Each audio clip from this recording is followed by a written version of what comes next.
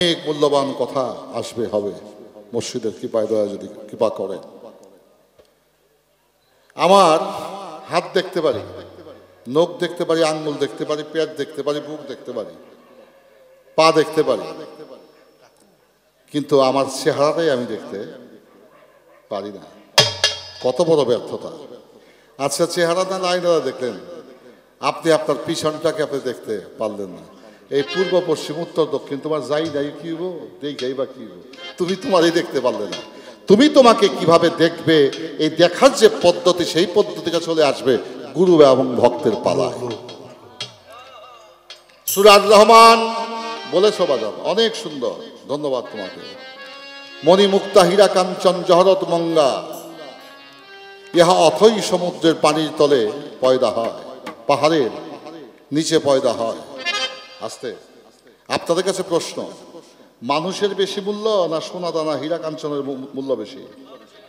মানুষের মূল্য বেশি। যারা বাজান এই মানুষকে মূল্যায়ন না করে ওই হীরা কাঞ্চন মণিমুক্তাকে মূল্যায়ন করে, আমি মনে করি তার সে ব্যাককল পৃথিবী তার কেউ হতে।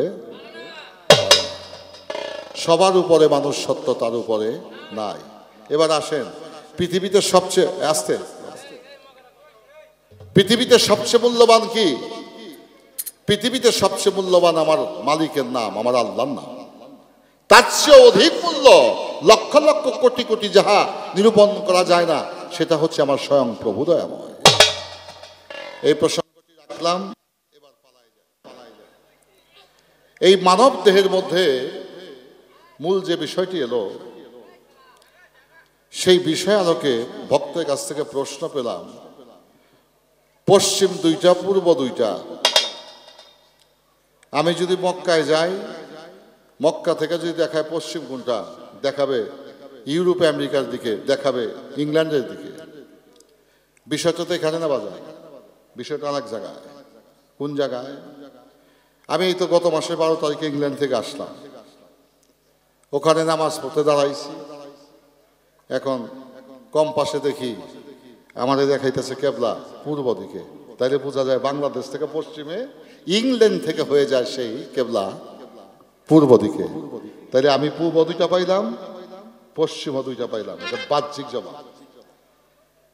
কথাটা বুঝাইতে পারছি? পবিত্র মক্কা থেকে ইংল্যান্ড বা ইউরোপ, এটা পশ্চিম দিকে অবস্থান। পশ্চিম দিকে বিষয় না, বিষয় হলো তোমার কেবলা কোন দিকে। তোমার কেবলা যদি বাংলাদেশে থাকি, তাইলে আমার কেবলা হবে পশ্চিমে। যদি আমি কেবলার সেই পশ্চিমে চলে যাই, তখন আমার কেবলা হয়ে যাবে কাবার দিকে, সেটা হয়ে যাবে পূর্ব দিকে। তাহলে বিষয়টা দাঁড়ালো পবিত্র কেবলা।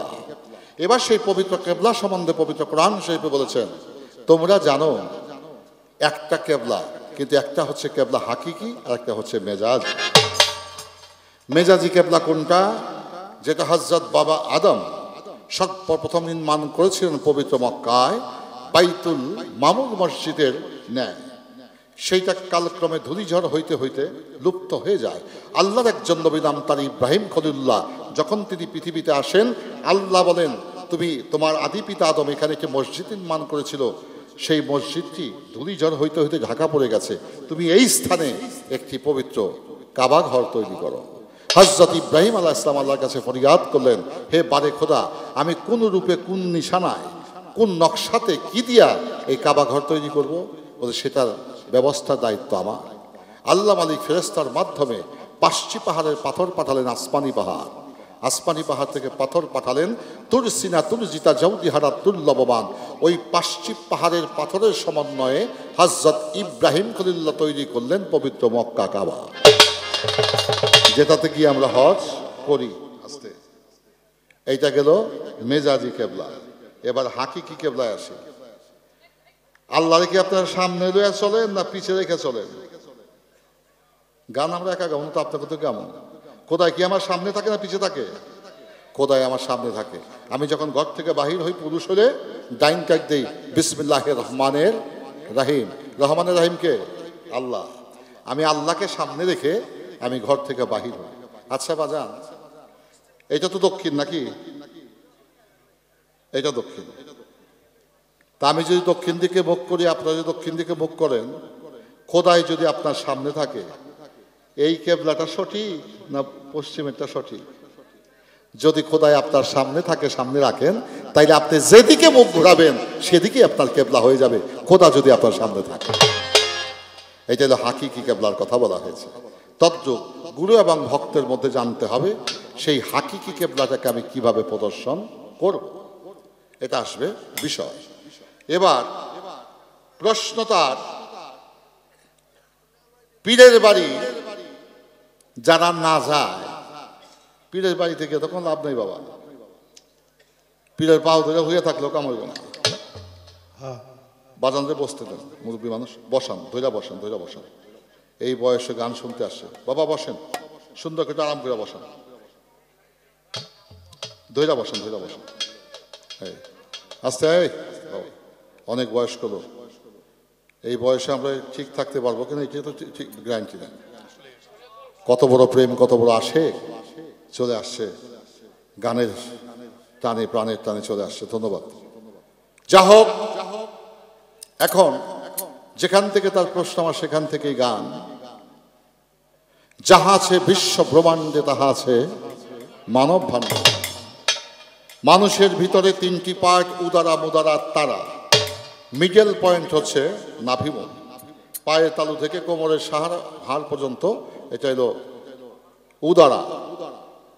এবার কোমর থেকে ঘাড়ের সাহারক পর্যন্ত হয়েছে মুদারা, ঘাড়ের সাহারক হইতে মাথার তালু হয়েছে তারা। এখন প্রশ্ন হলো, দেহের মধ্যস্থল হলো নাভিমূল, উদারা, মুদারা। এবার তারা হলো ঘাড়ের সাহারক হইতে মাথার তালু পর্যন্ত, এই তিনটা পার্টে আদমতন।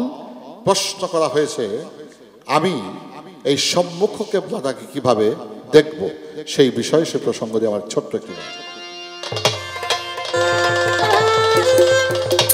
কমাও, ঠিক আছে।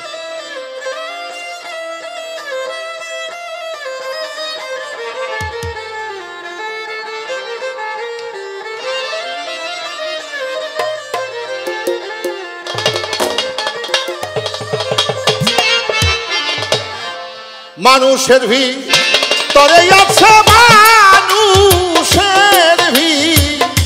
মানুষের ভিতরে আছে আল্লাহ নবীর বানাম খানা।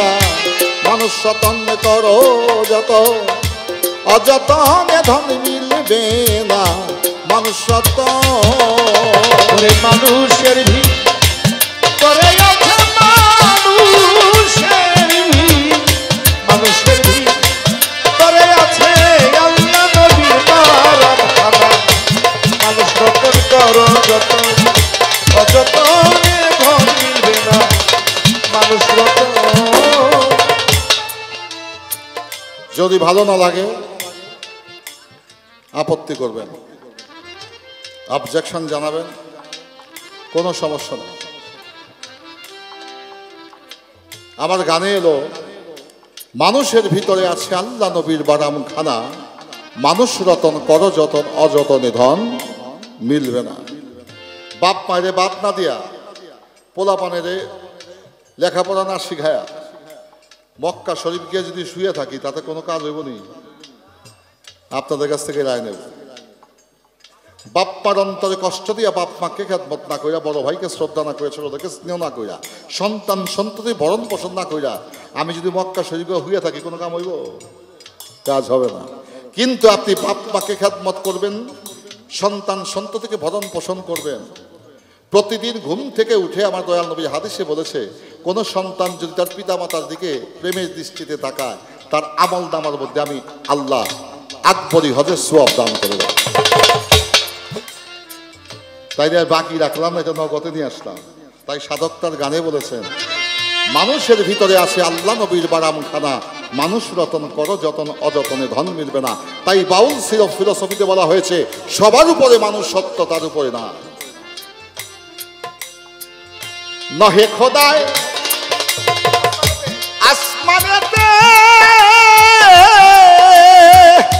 কবির বাজান নহে মাওলায় জমিনেতে।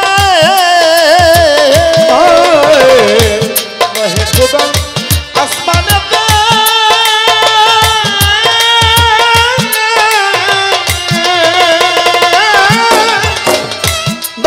মাওলায় জমিনেতেই বাজান বিরাজ করেন, মুমিনেতেই বিরাজ করেন, মাওলায় বিরাজ করেন মুমিনেতেই, মুমিন চিনে কর সাধনা।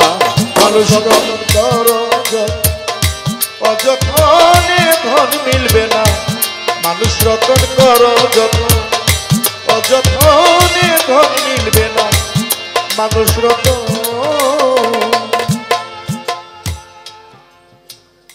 আল্লাহ বাইতুল্লাহ শরীফের মতো, আল্লাহ মক্কা শরীফের মতো, আল্লাহ হাদিস শরীফের মতো, আল্লাহ কোরআন শরীফের মতো, এর কোনো প্রমাণ আজও পর্যন্ত আবিষ্কার করতে পারি না। আল্লাহ আল্লাহর মতো, আল্লাহ আল্লাহর মতো, কাবা ঘরের মতো, মসজিদের মতো, মন্দিরের মতো আমার আল্লাহ না। আল্লাহ হচ্ছে আল্লাহর মতো। এই কথাটা বলতে পারে কে? যে আল্লাহকে পরোক্ষ এবং প্রত্যক্ষভাবে দেখতে পারে। কথা বুঝাইতে পারছি? এবার আসেন, পবিত্র কোরআন শরীফে বলেছেন, কি বলেছেন? খালাকাল আদম সুরাতাহি, আল্লাহ বলেন আমি আমার নিঃস্রতে আদমকে তৈয়ার করিয়াছি। তাই এখানে একটা প্রমাণ পাওয়া গেল, খোদার নিঃস্রতে আদমকে তৈয়ার করেছেন। এটা কি আমার কথা নাকি? এটা কিতাবের কথা। এবার আসা যাক, ফিল আর যে খালিফা, একমাত্র পৃথিবীতে আল্লাহর প্রতিনিধিত্ব করার জন্য দায়িত্ব দিয়েছে এই আদমকে। এই আদমকে আল্লাহর প্রতিনিধি হিসেবে আল্লাহ পৃথিবীতে প্রেরণ করেছেন। আল্লাহ বলেছেন আমি আমার কুদরতি শানে, আমার সেই কুদরতি সেকেল থেকে আমি আমার মতো করে সৃষ্টি করেছি আদমকে।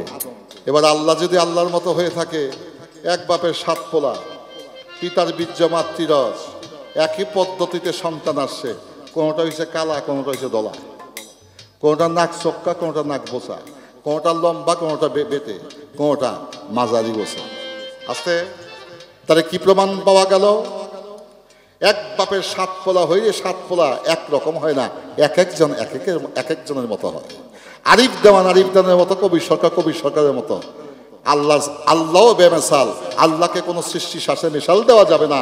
কিন্তু আল্লাহ যে মানুষ সৃষ্টি করেছে, এই মানুষকে একজন আরেকজনের মতো হয় না। আমি শুধু কাছে আনার ব্যবস্থা করি বাবা, আমি কে কোনভাবে গান গায় ও আমার দেহার সময় নেই। তাই আমি দূরের বস্তুটাকে কাছে নিয়ে আসলাম, পরিচয় পর্ব এখানে ঘটাবার একটা চেষ্টা করছি। আল্লাহ বলেন আমি আর নিঃস্রোতে স্বীয় স্রোতে আদমকে তৈয়ার করিয়াছি ফিল আর যে খালিফা, একমাত্র ব্যক্তি মানুষ হচ্ছে আমার এই দুনিয়াতে প্রতিনিধি। এবার বাজান, এর চেয়ে সহজ করে বলার আমার কিছু নাই। এটা ধারণ করার ক্ষমতা তোমাকে আল্লাহ দিয়েছে। তুমি যেহেতু ভক্তের অভিনয়, এটা বোঝা এবং ধারণ করা তোমার বিষয়। আমি আমার কথা বলে যাচ্ছি। কোরআন কয়ে গাইবে খোদা মোকামে মঞ্জিল মাহমুদা, কোরআন কয়ে গাইবে খোদা মোকামে মঞ্জিল মাহমুদা। 10-12 বছর বয়স থেকে নামাজ ধরছি। আমার যতটুকু মনে পড়ে, আমি 8 বছর থেকে রোজা রাখি। মালিক কবুল করছে কিনা জানি না, রোজা এই জীবনে আর ছাড়ি নাই। কিন্তু আজ পর্যন্ত কোনদিন কবি খোদাই কয় নাই, আরিফ দেওয়ান রে তুই যে নামাজটা পয়লা সেজদাটা দিছে খুব ভালো লাগছে আমার কাছে। এইটার উত্তর অ্যান্সার আরও পাই নাই। আপনারা পাইছেন নাকি? তারপরে তো পড়েন, আল্লাহরে বিশ্বাস করেন বলেই তো পড়েন, হ্যাঁ ভালোবাসেন বলেই তো পড়েন। আজানটা দিলেই অজুটা কইরা মসজিদে চলে যান, দোকান টোকান বন্ধ কইরা। তার একটা প্রেম আছে, এটা উড়াই দেওয়া যাবে না। কিন্তু খোদাই তো কোনোদিন কয় নাই ও মিয়া সাহেব 80 বছর যাবৎ নামাজ পড়ছো, কিন্তু আজকার নামাজটা খুব ভালো লাগছে, আজকার সেজদাটা আমি কবুল করছি। যদি আল্লাহই কথাটা কইতো, তার সমস্ত জীবনের চাওয়া পাওয়া মিটা যাইত। এটা হলো নিরাকারের ভজনের বেনিফিট, মাথায় হাত দিয়ে কয় না। কিন্তু কোন সন্তান যদি তার পিতা মাতাকে খ্যাতমত করে, তার পিতা মাতা চোখের পানি ছেড়ে দিয়ে আল্লাহর কাছে বলে, আল্লাহ তুমি বলেছো পৃথিবীতে সবার আগে পিতা মাতার দোয়া কবুল হয় সন্তানের জন্য। আমি তোমার কাছে এই ফরিয়াদ করি, আমার সন্তানটা হয়তো ইবাদত বন্দেগী ঠিক মতো করতে পারে না, তুমি ওর পিতা মাতার দিকে তাকায় তুমি আমার দোয়া কবুল করে দাও, আমার সন্তানকে তুমি তোমার শান্তির নিবাসে জানাও। দোয়া করতে বাকি, কবুল হইতে বাকি। তাইলে এইটা তো সম্মুখ ইবাদত। এই সম্মুখ ইবাদতটাকে প্রতিষ্ঠিত করতে হলে তোমাকে পীর মুর্শিদ ওলিয়া উলিয়ার কাছে যেতে হবে। যারা যায় না তারা কি, তারা ধরো মা বিয়ার পুত্র এই তারা নামাজও পড়ছে, হজও করছে, যাকাতও দিছে, তারা কুরবানিও করছে, আবার ইমাম হোসেনের জবাই করে মারছে। তাই নবীর দৌহিত্র যারা মারে, ও কবি এই বেটাগো এই রোজা নামাজ হজ যাকাত কালে বাদে খোদায় খুশি হইব নি? আল্লাহ ওদের উপরে গজব নাজিল করেছে। তো বাজান, এজিদের আদর্শ নিয়ে পীর মুর্শিদকে আহলে বায়াতকে বিশ্বাস না করে, ইমাম হাসান হুসাইন জয়নাল আবদিন ইমাম হানিফাকে বিশ্বাস না করে, মাওলা আলীকে কটাক্ষ করে, দয়াল নবীকে অস্বীকার করে, তুমি তোমার মন গড়া ইসলাম করে যদি তুমি রোজা নামাজ হজ যাকাত করো, কপালে যদি কহর ফালাও, খোদায় তোমার, তাহলে তোমাকে সম্মুখ ইবাদতে আসতে হবে। সেই সম্মুখ ইবাদত পবিত্র কোরআন শরীফের 7 জায়গায় বলেছেন, সূরা লোকমান থেকে সূরা ফাত্তি পর্যন্ত বলেছেন, যদি তোমরা আল্লাহওয়ালা হতে চাও, একজন আল্লাহওয়ালার কাছ থেকে বায়াত গ্রহণ করো। ওইটা হচ্ছে নবীর আহলে বায়াত। আহাল শব্দ অর্থ বংশধর, বায়াত শব্দ অর্থ ক্রয় বিক্রয়। তুমি তোমার মুর্শিদের কাছে যে নিজেকে সমর্পণ করো, নিবেদন করো। তুমি যদি মুর্শিদ পরিষদের সদস্য হতে পারো, তুমি নবী পরিষদের সদস্য হয়ে যাবে। আর নবী পরিষদের সদস্য হয়ে যাওয়ার সাথে সাথে তুমি আল্লাহ পরিষদের সদস্য হয়ে যাবে।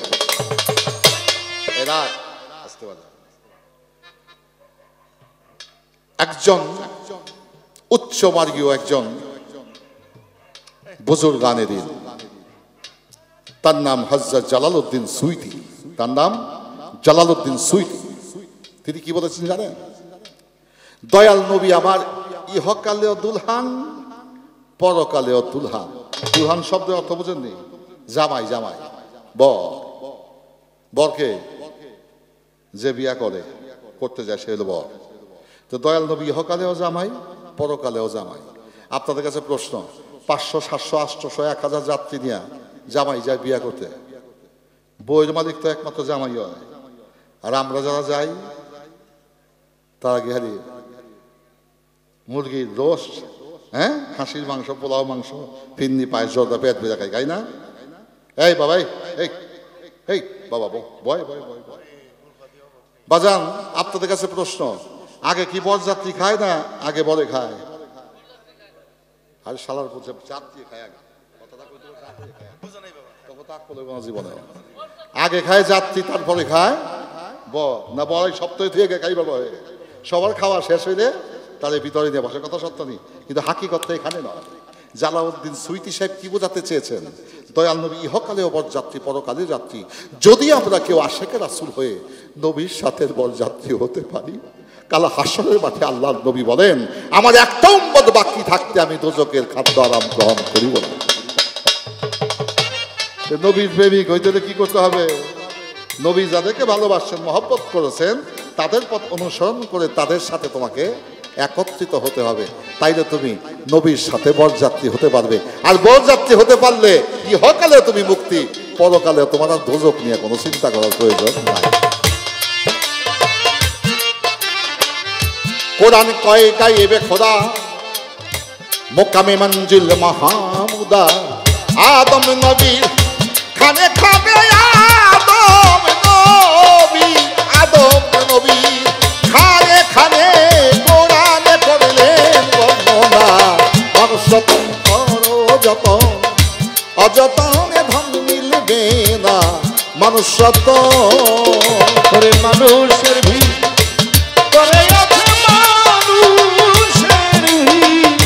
মানুষের ভিড় করে আছে আল্লাহ নবীর বারাম খানা। মানুষ যতন করো যত, অযতন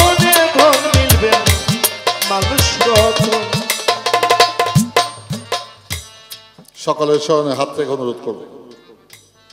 আর কবিরকে বলবো, বাপ আমি তো কোনো গায়ক টায়ক হইতে পারি না রে বাপ, এই চেষ্টা করি আর কি, তোকে পিছিয়ে পিছিয়ে থাকি। আসলে বিষয়টা এরকম।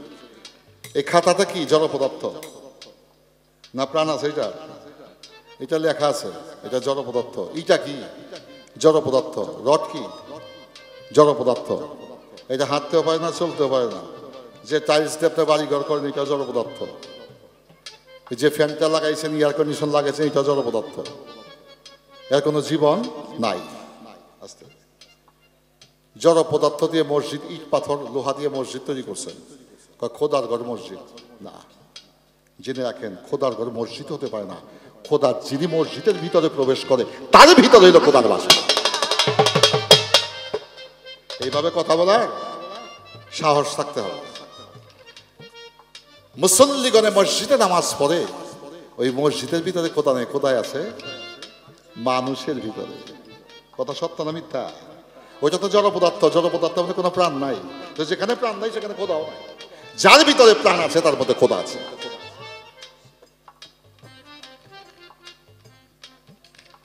অনেক ওলামায়ে কেরাম বন্ধুরা থাকতে পারে, আমার এই লজিকটা, আমার এই কথাটাকে কেউ কাটতে পারে না। আসেন, 5 তলা বাড়ি করছেন, এই বাড়িতে কি কোথায় থাকেনি? তাইলে যত ধনীমানীরা বাড়ি করছে, সব বড় বড় লোকালারা 5 তলা 10 তলা বিল্ডিং যারা করছে, খোদায় তাদের বাইন্দা তুই। তাইলে বোঝা যায় এই বিল্ডিং এ খোদায় থাকে না, খোদায় থাকে এই বিল্ডিং এর ভিতরে যে থাকে তার মধ্যে খোদায় থাকে। তাই আমার গানে বলা হলো, নহে খোদায় আসমানেতে, নহে খোদায় জমিনেতে, বিরাজ করেন মমিনেতে, মমিন চিনে কর সাধনা। দেওয়ান মালে ভেবে বলে,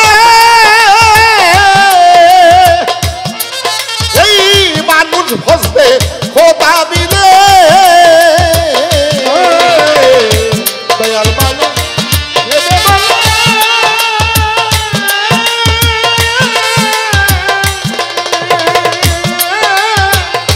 মানুষ ভসবে খোদা মিলে। দেওয়ান মালে ভেবে বলে, মন্ত্রী মানুষ ভসবে খোদা মিলে। ওরে বাজান এই মানুষের বাক্য মিলে, এই মানুষের বাজান, এই মানুষের বাক্য মিলে, দেহ হবে তার কাঞ্চা সোনা। মানুষ যতন করো যতন, অযতনে ধন মিলবে না। মানুষ যতন মানুষের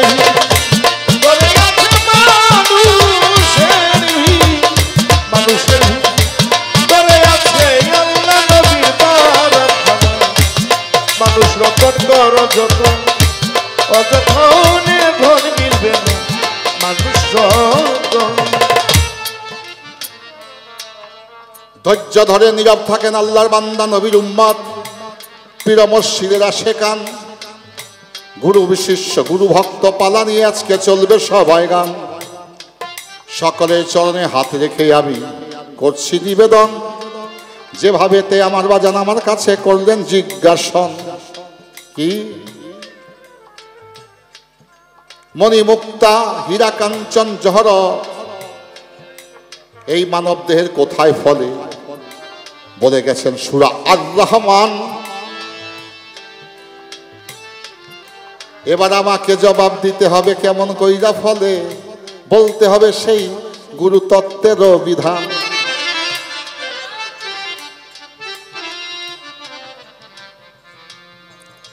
আমার পূর্বে একটি বক্তব্যে বলেছি,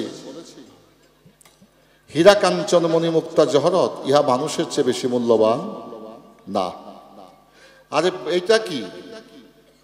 1 গ্লাস পানি যদি পৃথিবীর পানি শুকায় যায়, ওই আমাদের আমেরিকান যে প্রেসিডেন্ট নির্বাচন নাম কি তার? ট্রাম্প। ও কইব যে তুই আমেরিকাটা লইয়া জাগা, আমার 1 গ্লাস পানিতে আমার জীবনটা বাঁচা। এক বাবাজি 500 টাকার মাধ্যমে দোয়া করেছেন, ধন্যবাদ। তাহলে বাজান, হীরা কাঞ্চন মণিমুক্তা খাইলে মানুষের পেট ভরে না। হীরা মণিমুক্তা খাইলে মানুষের তৃষ্ণা নিবারণ হয় না। আমি মনে করি পিপাসিত লোকের কাছে হীরা কাঞ্চন মণিমুক্তার থেকে বেশি মূল্যবান এক গ্লাস পানির।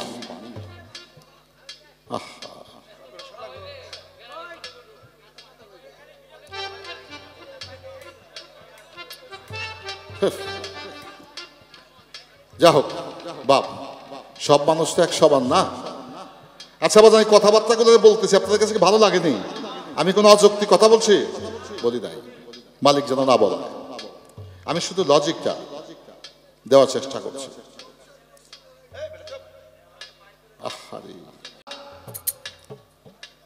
লোহা দিয়া মানুষ সোনা মাপে। লোহার কেজি কত? 70 টাকা। আর এক ভরি স্বর্ণের দাম কত? 1,40,000 বা 38,000 টাকা। তাহলে যেটা দিয়া সোনা মাপে আফ্রিকাতে, ওই বাটখারাটা হইল লোহার। এত মূল্যবান সোনা মাপে ও 60 টাকা কেজির বাটখারা দিয়া। কিন্তু সারা জীবন এই বাটখারা দিয়ে, লোহার বাটখারা দিয়ে সোনা মাপে, কিন্তু এই লোহার বাটখারা কখনো সোনার দাম হয় না। হয়নি? হয় না। কিন্তু একজন চোর, একজন বদমাইশ, একজন খুনি, একজন লম্পট, একজন চিটার বাটপার, সে যদি কোনো অলিয়া উলিয়ার সঙ্গ করে, যদি মালিকে দয়া হয়, ওই অলিয়া উলিয়ার উসিলায় এই চোর বাটপার আল্লাহর অলি হয়ে যায়। কিরে বাপ, কথা সত্য না মিথ্যা? তাইলে লোহার বাটখারা দিয়ে সোনা মাপে, তাতে সারা জীবন মাপে, তাতে লোহা কখনো স্বর্ণ হয় না। কিন্তু আল্লাহর একজন চোর বাটপার বদমাইশ খুনি যদি কোনো অলিয়া উলিয়ার সঙ্গ করে, এক রাত্রে সে আল্লাহর অলি হয়ে যাইতে পারে। শেখ সাদি বলেছেন, এক জামানা সাহাব 7 সালে তাওয়াতে বেরিয়া, তুমি 100 বৎসর ইবাদত বন্দেগী করে যাহা অর্জন না করো, একজন অলি আউলিয়ার সঙ্গ করলে তুমি 100 বৎসরের ইবাদতের চেয়ে বেশি হয়ে যাইতে পারে। আর চোর আল্লাহর আউলিয়া হয়ে গেছে। কেমন জানেন? আমি যদি এই সমস্ত কথাবার্তা বলি না, তারপর বলতে হয়। পিরানে পীর দস্তগীর মাহবুবে সুবহানি, তুমি কুতুবে রাব্বানি, বড় পীর আব্দুল কাদের জিলানী, বড় পীর আব্দুল কাদের জিলানী। ওই কান্দেতে আনিলেন নবীর চরণের নিশানি, বড় পীর আগায়া, বড় পীর কান্দেতে আনিলেন নবীর চরণের নিশানি। আমার নবীজি দুআয় হইলেন, আমার নবীজি দুআয় হইলেন,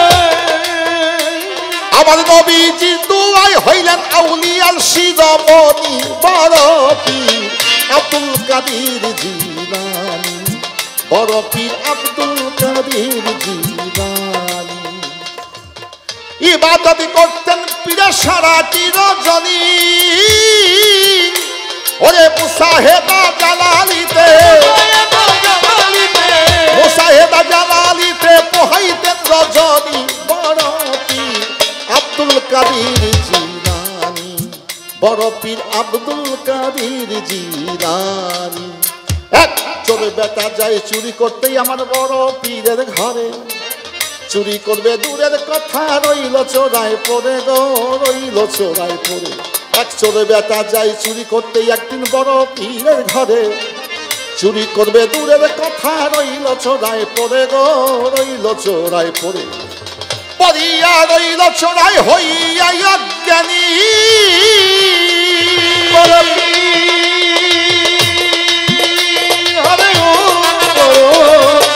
পড়িয়া রইল চোরায় হইয়া অজ্ঞানী। এইভাবে পোহাইয়া, এইভাবে পোহাইয়া আসিল রজনী, বড় পীর আব্দুল কাদের জিলানী, বড় পীর আব্দুল কাদের জিলানী। সুখের রজনী যখন পোহাইয়া আসিল, আজকে জিন্দা পীরে হাজির হইল গো, হাজির হইল। সুখের রজনী যখন পোহাইয়া আসিল, আজকে জিন্দা পীরে হাজির হইল গো, হাজির হইল। শোনেন শোনেন বড় পীর, শোনেন সমাচার, সিস্তান শহরে একজন কুতুবের দরকার গো, বলি কুতুবের দরকার। শোনেন শোনেন বড় পীর, শোনেন সমাচার, সিস্তান শহরে একজন কুতুবের দরকার গো বলি কুতুবের দরকার। এই কথা শুনিয়া পীরে বলতেছে তখনই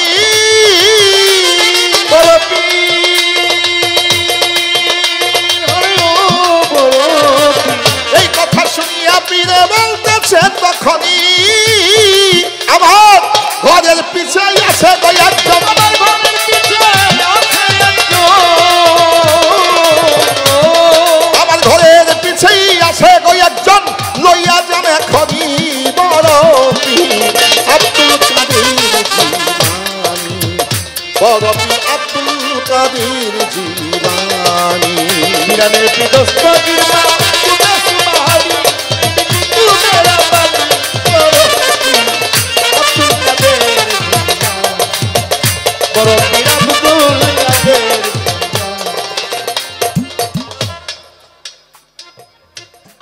তখন খুয়াজ খিজির জিন্দা পীরে ধ্যান ধরিয়া যায়, চোর বেটাকে বলেন আমি পীর দিব কার কথায় গো আমি নিব কার কথায়। তখন খুয়াজ খিজির জিন্দা পীরে ধ্যান ধরিয়া যায়, চোর বেটাকে বলেন আমি আর নিব কার কথাই গো বলেন নিব কোন কথায়। এই কথা শুনিয়া পীরে বলতেছে তখনই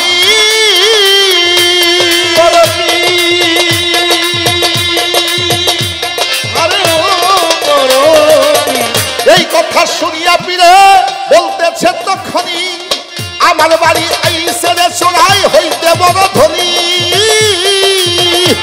আমার দরবার হইতে খালি হাতে, আমার দরবার হইতে খালি হাতে চোরাই ফিরবে না কখনই বড় পীর আব্দুল কাদের জিলানী, বড় পীর আব্দুল কাদের জিলানী। মিরানের বিদস্ত গিরমা তুমে সুবহানি তুমি কুতুবেরা বানি বড় পীর আব্দুল কাদের জিলানী, বড় পীর আব্দুল কাদের জিলানী। সুখের জামিনী যখন পোষাইয়া গেল, খুয়াজ খিজি জিন্দা পীরে হাজির হইল। শোনেন শোনেন বড় পীর শোনেন সমাচার, সিস্তান শহরে একজন কুতুবের দরকার। এই কথা শুনিয়া পীরে বলতেছে তখনই ঘরের পিছেই আছে একজন, লইয়া যান এখনই। এই কথা শুনিয়া খুয়াজ খিজি ধ্যান ধরিয়া যায়, চোর বেটাকে বলেন আমি আজ নিব কোন কথায়। বড় পীর কয় আমার বাড়ি আইসে রে চোরাই হইতে বড় ধনী, দরবার হইতে কবু খালি ফিরে হাতে খালি হাতে যাবে না, যাবে না যে তিনি। আপনারই ফায়েজ পীর সাহেব চোরকে করলেন দা, খুলিয়া গেল চোরার জ্ঞানেরই নয়ন গো তার বাতুনি নয়ন, ওরে জ্ঞানেরই নয়ন গো তার বাতুনি নয়ন, নয়ন গো তার বাতুনি নয়ন। তাসকিরাতুল আউলিয়া ফার্সি কিতাব, বাংলায় অনেকে অনুবাদ করেছেন, খুব একটা বেশি দাম না, 500 700 800 1200 টাকা দিলে অনেক বড় একটি কিতাব পাওয়া যায়। তাসকিরাতুল আউলিয়া, অলি আউলিয়ার মাজারের সম্বন্ধে সেই কিতাবে পাওয়া যায়। কে কোন জায়গায় জন্মগ্রহণ করেছেন, পৃথিবীতে কার স্থিতিকাল কতদিন ছিল, কে কার কাছে বায়াত হয়েছিলেন, তাদের জীবনের অলৌকিক ঘটনাবলী সেই তাসকিরাতুল আউলিয়ার মধ্যে পাওয়া যায়। এবার আসেন, এই তাসকিরাতুল আউলিয়ার মধ্যে এই ঘটনাটি লেখা হয়েছে। একটা কথা বলে যাই বাজার, একজন আল্লাহর আউলিয়া আলেম বানাতে পারে চোখের পলকে, কিন্তু একটা আলেম কখনো একটা ওলি বানাইতে পারে না। কথাটাকে বুঝতে পারছেন? আল্লাহর একজন ওগলি পাগল মস্তান একটা আলেম তৈরি করতে পারে, কিন্তু একটা আলেম কিন্তু একটা ওলি তৈরি করতে পারে না। কারণটা কি? ওলির কাছে যে পাওয়ার সেটা খোদা প্রদত্ত পাওয়া। এই পাওয়ারটা কিভাবে আসে? 40 তলা ভাত খাইলে 1 ফোঁটা রক্ত হয়, 40 ফোঁটা রক্ত মৈথন করলে 1 ফোঁটা বীর্য হয়, যে বীর্য থেকে আমি এবং আপনাদের পৃথিবীতে আসা। কথা সত্য না মিথ্যা? আচ্ছা, যদি ডাক্তারে কই যে আমার ডাক্তার কাঞ্চন, ও তো আমার ছেলে, ওরে মাঝে মাঝে মাঝে মাঝে বলি, কিরে বা এই বীর্যটা কই থাকে দেহের কইতে পারবি নি? কয় বাবা সারা জীবন ডাক্তারি করছি, আমি বিশেষজ্ঞ ডাক্তার হয়েছি, কিন্তু এটা তো কইতে পারবো না। আপনি মাংস কাটবেন, চামড়া কাটবেন, হাড় কাটবেন, মজ্জা কাটবেন, কিন্তু এক ফোঁটা বীর্য বাহির করতে পারবেন না। এই বীর্যটা একটা সময়ে বাজান প্রকাশ পায়। যখন দুইজন দুজনের প্রতি আশেক হয়ে যায়, তখন দৈহিক একটা মিলন ঘটে, আর সেই মিলনের ঘটার ফলশ্রুতিতে দেহের কোন জায়গাতে কুদরতি শানে এই ফোঁটা এক ফোঁটা পানি যায়, এটা দয়াল ছাড়া কেউ কইতে। এবার আসা যাক, 40 নলা ভাত মাংস খাইলে এক ফোঁটা রক্ত হয়, কিন্তু এক ফোঁটা চোখের পানি কত হাজার রক্তের ফোঁটা পয়দা হয়, এটা কোনো বিজ্ঞানী আবিষ্কার করতে পারে না। বাজান জারু সে ইশকের তুফান প্রেম সাগরে উইঠা গেছে বা, ওই সাগরে মণিমুক্তা পয়দা হয় রে কবির সরকার। তাই বলেছে পবিত্র কোরআন সূরা আর-রহমান। যখন তোমার শেষ ইশকের দরিয়ার মধ্যে ঝড় উঠবে, তখন সেই নদীতে বান ডাকবে, আর সেখান থেকে মণিমুক্তা, গঙ্গা, হীরা চুন্নি পান্না পয়দা হবে। উহা পৃথিবী চুরি পান্না নয়, উহা পৃথিবীর চেয়ে বেশি মূল্যবান হীরা চুন্নি পান্না মঙ্গা পয়দা হবে। ওটা কি? ওটাকে বলা হয়েছে বেশকিম্মতি। গাছেতে পড়িলে তাতে চন্দন পয়দা হয়, হাতিতে পড়িলে ওইটা গজমতি কয়, গরুতে পড়িলে ওই রহমতের বৃষ্টি, ওই প্রেমের বৃষ্টি হয়, গৌরস পয়দা হয়। মানুষেতে আছে বেশকিম্মতি রে, এই সোনার মানুষ জানলো না বিষয়। ওই বেশকিম্মতি যদি কেউ পাইতে হয়, যাইতে হবে পীর মুর্শিদের বাড়ি। যেমন চোরাই গিয়া অলি হইয়া গেছে, আউলিয়া হইয়া গেছে, আমি সবাই প্রকাশ করি। আপনারই পায়েছে পীর সাহেব চলকে করলেন দান, খুলিয়া গেল চোরার বাতুদি নয়ন। ওই চোরাই যখন বাতুনি নয়ন খুইলা গেল, ধ্যান দরিয়া চায়, খোদার আরশ কুরসি লৌহ কলম সে দেখিবারে পায়ে গো তিনি, দেখিবারে পায়, দেখিবারে পায় গো তিনি, দেখিবারে পায় গো তিনি, দেখিবারে পায়। কাঙ্গাল খালেক দেওয়ান কাঙ্গাল হয়ে হাত উঠাইয়া খনি,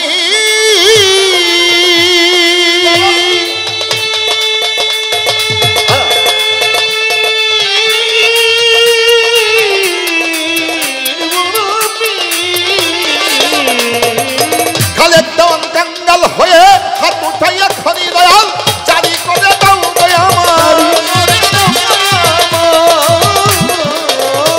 বাজান জারি করে দাও দয়া ভাই। এলে বেলু ধনী বড় পীর আব্দুল কাদের জিলানী, বড় পীর আব্দুল কাদের জিলানী। তুমি কুতুবের বাণী করো আব্দুল কাদের, বড় পীর আব্দুল কাদের।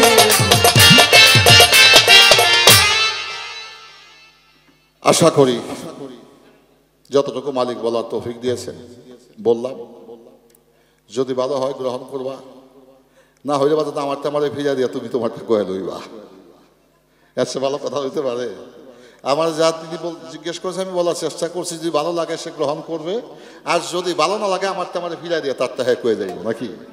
হ্যাঁ, এটা আনাজি তার কিছু আমার নাই, আমার কাছে আর কোনো কিছু নাই দেবা।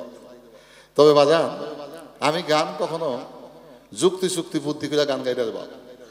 মঞ্চে যখন আসি নিজেকে নিবেদন করি, মালিকরে বলি, মালিক তোমার অগণিত প্রেমিক লোক আসছে, তুমি তোমার সত্যে দাঁড় করে তুমি তোমার প্রেমের বাণী বলে দাও, ওই বাণী পেয়ে যেন প্রেমিকগণে খুশি হয়ে যায়। এর বিষয়ে কি রাখলাম। আশা করি আর এ বিষয়ে আমি আলোচনা করব না।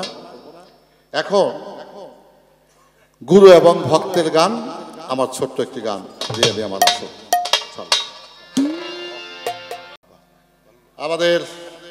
আমারই পরমাত্মিক ভাই অগ্রখোলা থেকে এসেছেন, সেও একজন শিল্পী মানুষ। নামগুলো তো বায়না করবেন না, নাম আর কইলাম না, 500 টাকা দিছে, ধন্যবাদ।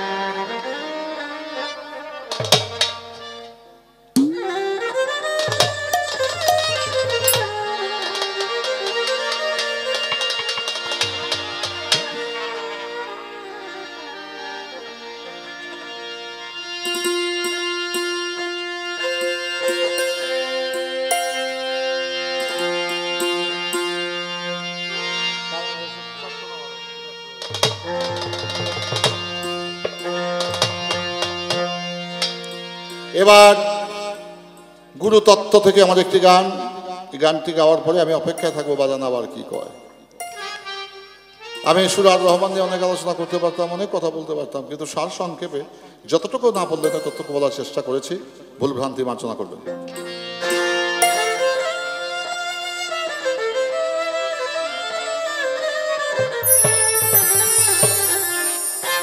হইলে খাঁটি মানুষ বুঝতে পারে কোন মানুষে কি বেদনা, হইলে খাঁটি মানুষ বুঝতে পারে কোন মানুষে কি বেদনা, হইলে মানুষ চেনে মানুষ, নইলে মানুষ বাজান চেনা যায় না, হইলে মানুষ, হইলে খাঁটি মানুষ বুঝতে পারে কোন মানুষ বেদনার, কোন মানুষে বেদনা, হইলে মানুষ চেনে মানুষ, হইলে মানুষ চেনা যায় না, হইলে মানুষ।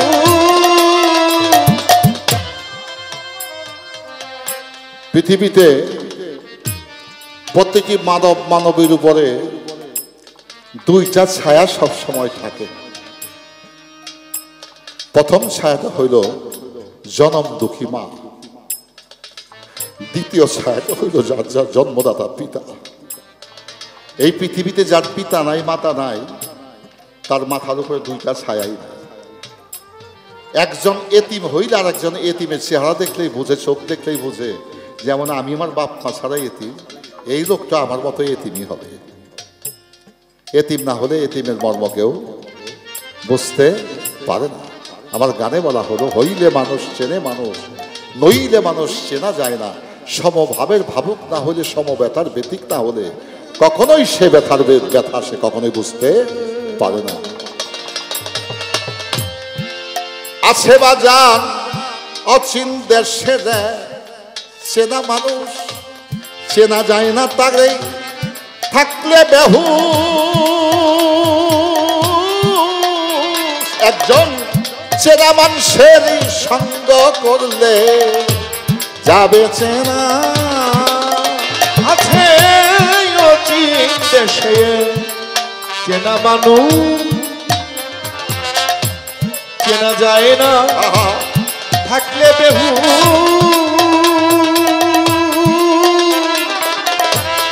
চেনা মানুষের সঙ্গ করলে যাবে চেনা।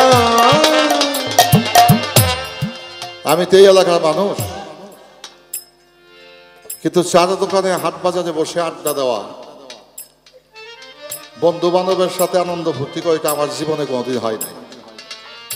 আমি একটু নীরব প্রকৃতির মানুষ, সারাটা জীবন শৈশব থেকে শুরু করে এ পর্যন্ত একইভাবে আছে। এই সালাম চেয়ারম্যান সাহেবের বাড়িতে মোস্তফা মহাসিন মন্টুর সাথে আমি কত রাত্র কাটাইছি, কিন্তু এর পাশেই গোয়ালখালী গ্রাম, জগা পাগলার ওরসে আশ্রম বহু বছর আগে। আমার একজন গুরু ভাই অন্ধ আয় বলি গান গায়, চিনেন না রে? আজকে আসে নাই, অন্য জায়গা হইলে তো আসতো, আজকে আসে না। এই গোয়ালখালি বাড়ি, আমি ব্রিজের গোড়া এসে জিজ্ঞাসা করি ভাই গোয়ালখালি যাবো কেমনে? লজ্জার বিষয় না কন্ত? আমার বাড়ি আমার এলাকা একই ইউনিয়নের কাছে, গোয়ালখালি আমি চিনি না। এক লোক মোটর সাইকেলতে দাঁড়ায় আছে, দেওয়ান সাহেব কই যাইবেন? আমি গানের অনুষ্ঠানে যাবো। আমি আর কই যাবো? আমি কি ওয়াজ করতে যাবো? আমাকে আমি তো একটা গান গাওয়া। তো লোক দিছে হাই সাহেব, বলছে এই 1 মিনিটের পথ গেলেই বাম দিকে দেখবেন হাজার হাজার মানুষ আছে, গেট করা আছে। তাই এই জায়গাটা আসতে হইলে আমাকে এই কামারতার ব্রিজে একজনের শরণাপন্ন হতে হয়েছে, তাকে জিজ্ঞেস করতে হয়েছে আমি যেখানে যাবো ওই জায়গাটা কোথায়। সে চিনে বলে শোনা বলছে, রংপুর দিনাজপুরের লোক হইতো, আমি যাবো গোয়ালখালি আমার দেখাইব মরিষা, তাই না? তাহলে যে চেনে তার কাছে গেলে অচেনা লোক চেনার সন্ধান পায়। আছে বাজান অচিন দেশে চেনা মানুষ, চেনা যায় না তারে থাকলে বেহু, চেনা মানুষের সঙ্গ করলে তারে যাবে চেনা, করলে অদূর আগে কজন কাজন তার চিনিতে নাই ভাবনা,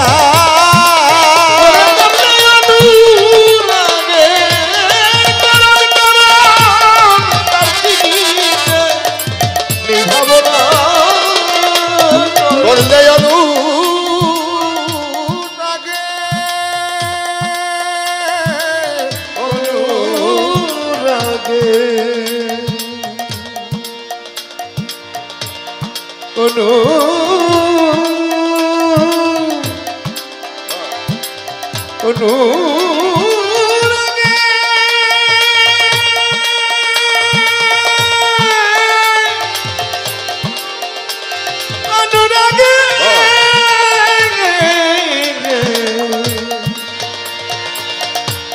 অনুরাগে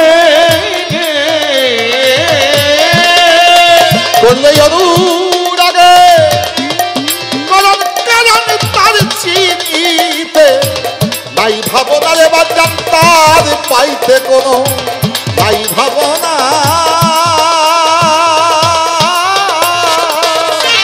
হইলে মানুষ চেনে মানুষ নই রে মানুষ বাজার চেনা যায় না, হইলে মানুষ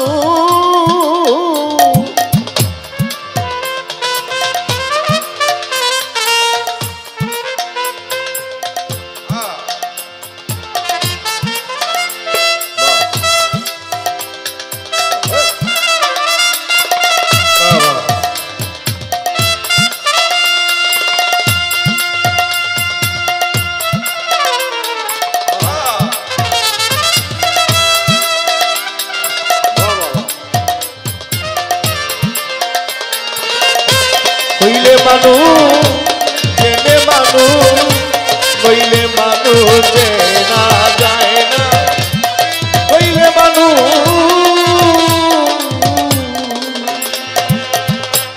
পঞ্চরসের রসিক যেজন তারাই প্রেমের মূল মহাজন,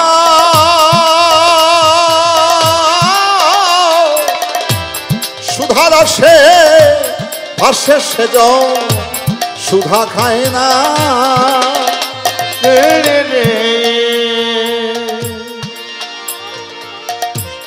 রে রে রে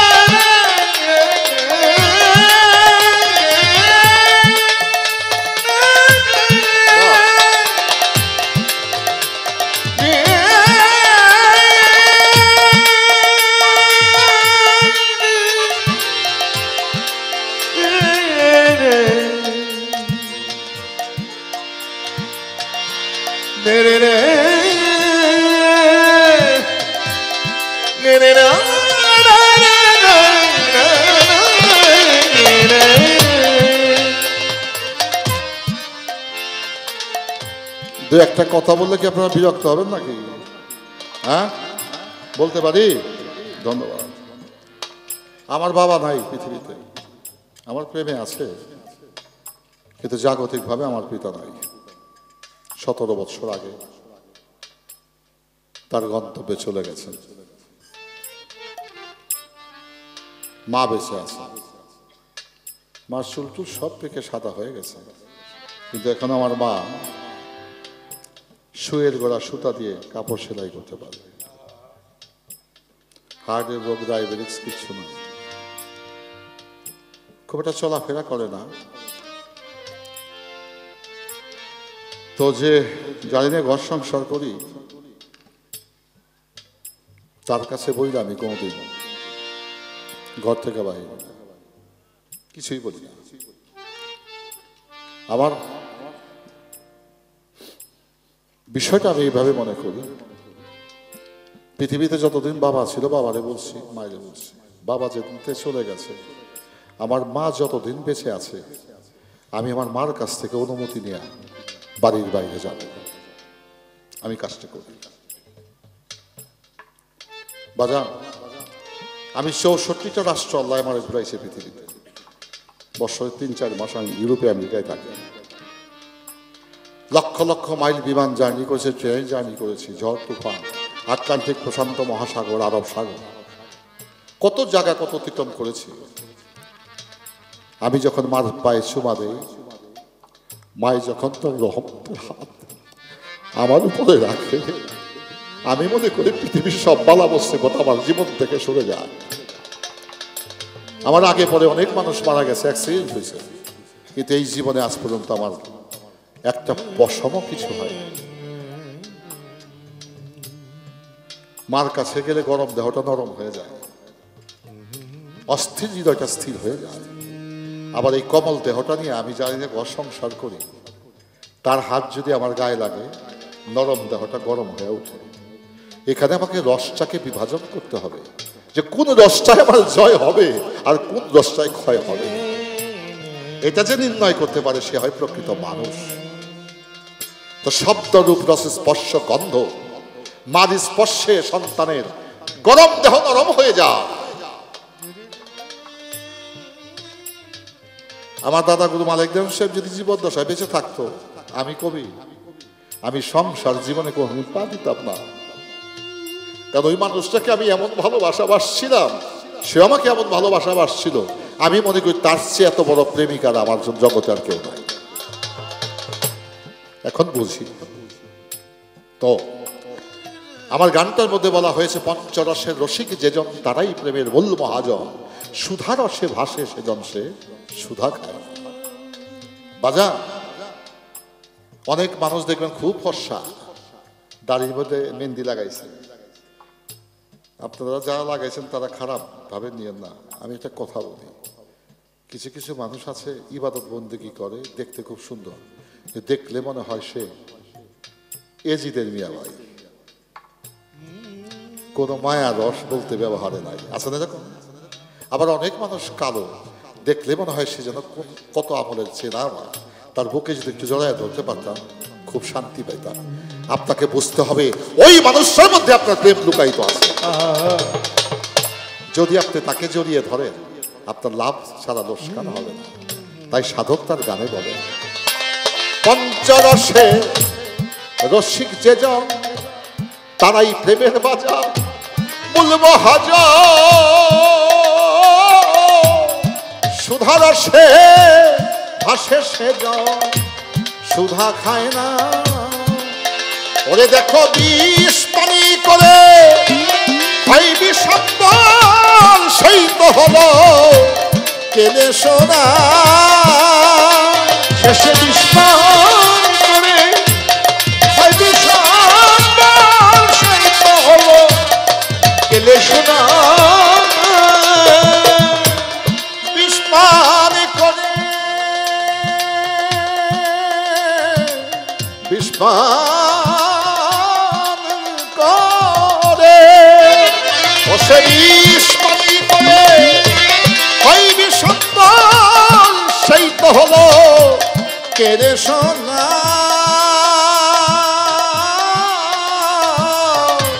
হইলে মানুষ চেনে মানুষ বাজার নইলে মানুষ চেনা যায় না হইলে মানুষ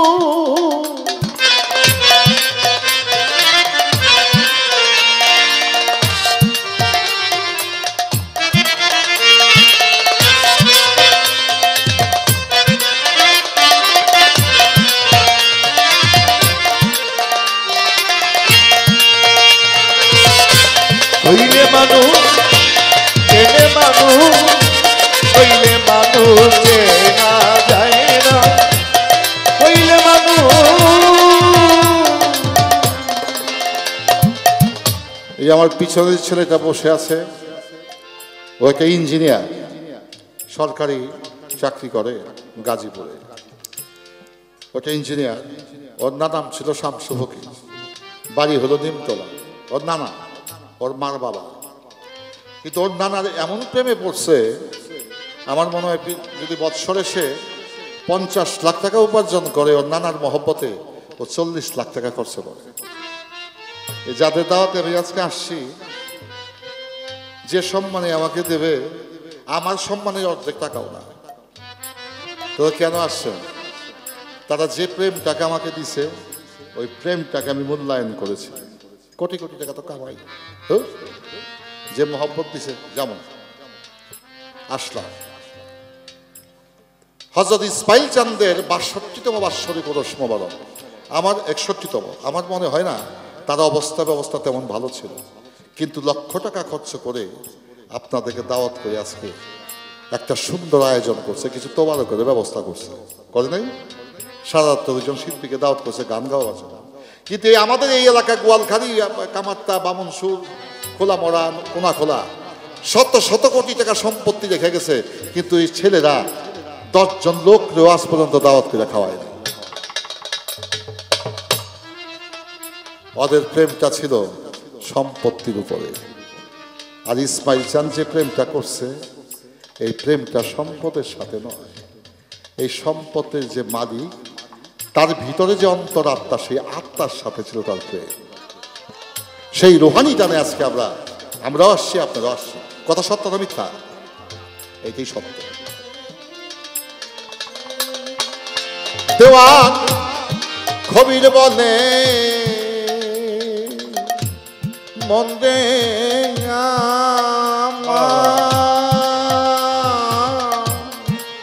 এই ব্যবসা লাভে নাই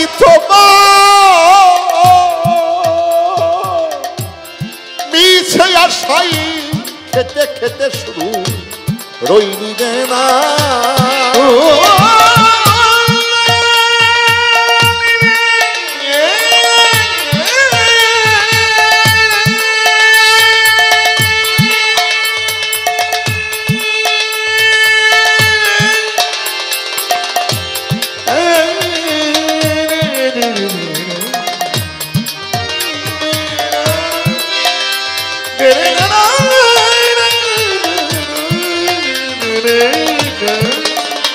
দেওয়ান কবির বলে মন রে আমার এই মায়ার সংসারে লাভ নাই তোমার,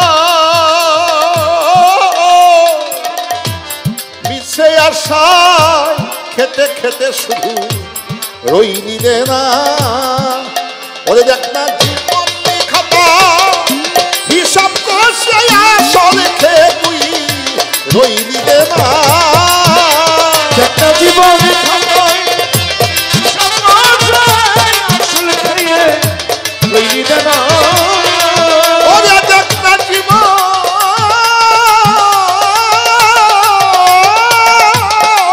খাতা হিসাব করছে আসল খেয়ে তুই রইনি রে না রে। আসল খেয়ে তুই রইনি রে না। হইলে মানুষ চেনি মানুষ নইলে মানুষ বাজার চেনা যায় না। হইলে হইলে থাকি মানুষ বুঝতে পারে মানুষের নিবেদনা। হইলে থাকি মানুষ বুঝতে পারে